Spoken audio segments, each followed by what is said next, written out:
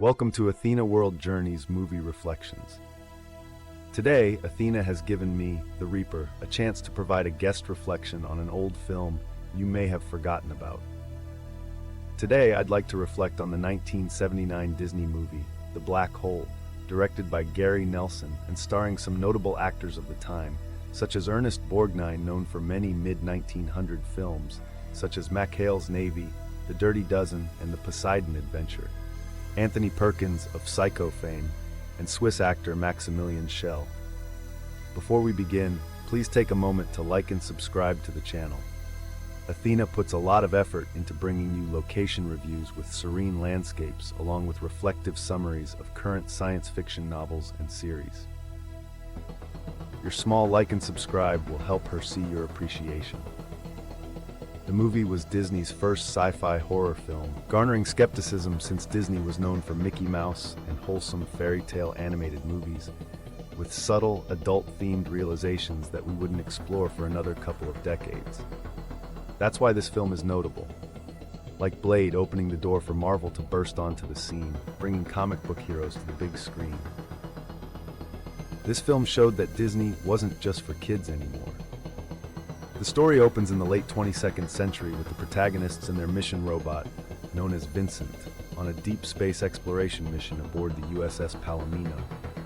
While the ship is researching space, they discover a massive black hole.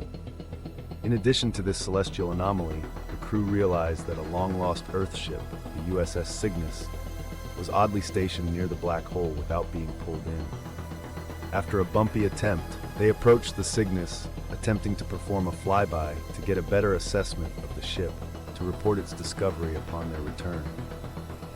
Surprisingly, as they approach the ship, they suddenly stop experiencing the growing gravity well of the black hole and appear to be in a pocket of calm space encircling the Cygnus.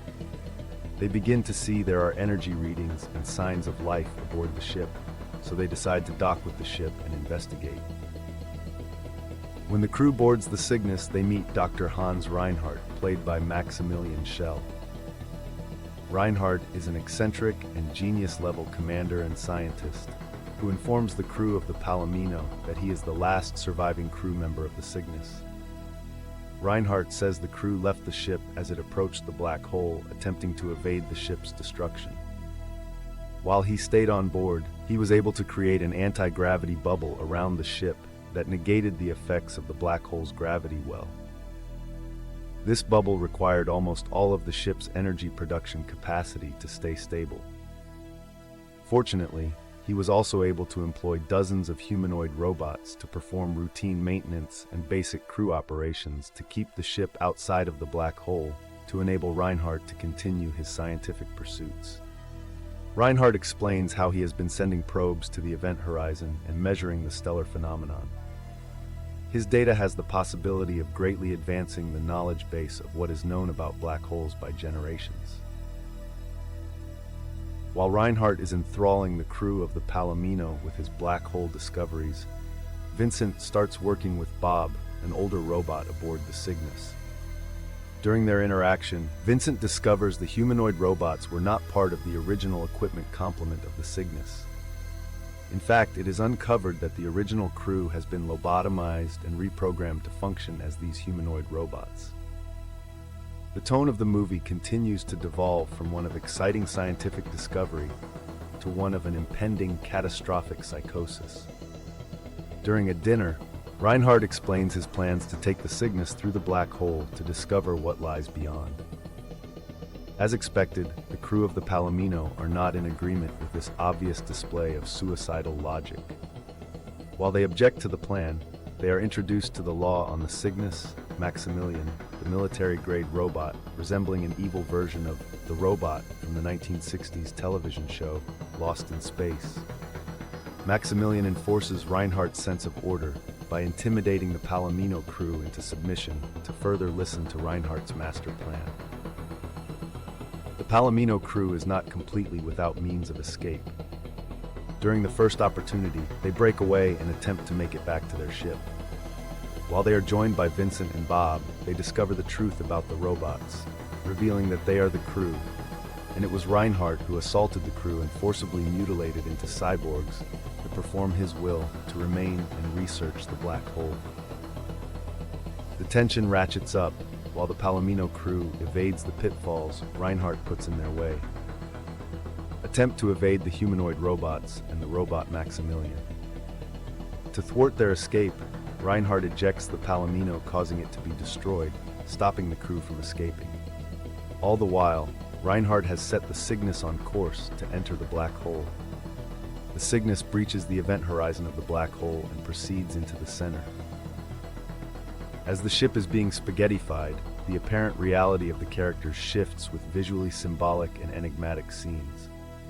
Realities begin to diverge for all parties involved, as the sum representation of their immediate life is weighed and measured. When the surviving crew of the Palomino traverse the black hole, they encounter a bright, heavenly light, suggesting a survival beyond the black hole and a possible transcendence to a heavenly plane. Alternatively, when Reinhardt traverses the black hole, he is merged with his robot, Maximilian, in a dark and hellish landscape that suggested a possible transcendence to a manifestation of hell. The film explores themes of obsession, the limits of scientific ambition, artificial intelligence, and the unknown nature of death and the afterlife. Dr. Reinhardt's obsession with entering the black hole is driven by a desire for godlike knowledge and immortality. The destructive consequences of scientific hubris and unchecked ambition lead him to justify his acts of manipulating and sacrificing his crew to achieve his goals, displaying signs of delusion and megalomania. The isolation and obsession of being in space alone for so long has led to the psychological breakdown of his scientific mind. In this film, the black hole represents the unknown, a potential death and rebirth or transcendence. The ending portrays the black hole as a spiritual dimensional portal with metaphysical or spiritual overtones, with a kind of judgment or spiritual fate. Reinhardt was consumed with his creations, the humans turned cyborgs and the enforcer, Maximilian. His judgment was that of damnation, to dwell in a hellish landscape merged with his creation. The crew of the Palomino was genuine in their efforts to explore and save lives. Their judgment was one of salvation, allowing them to transcend to a bright world of hope. The theme of the black hole was a portal to the unknown, leading to salvation or damnation. The film also represents how technology can erase the soul, either figuratively or literally. The crew of the Cygnus was turned into mindless drones by Reinhardt on his quest to abuse the use of technology to reach his goals. This film came out in 1979, before Ridley Scott's first Alien movie and Star Trek the movie, which all came out in the same year. The cyborg portrayals in the trash can-like robots required some imagination to be believable, but the scene-stealing presence of the Maximilian robot was masterful. This movie doesn't hold a candle to the other blockbusters of that year, including Alien, Star Trek the movie, Apocalypse Now, and Rocky II, to name a few. The $20 million budget and $35 million revenue totals signify a poor showing when compared to the $11 million budget and $188 million revenue totals for the first Alien movie. But this movie still captured my fascination with a blend of science, spirituality, ethics, and human nature.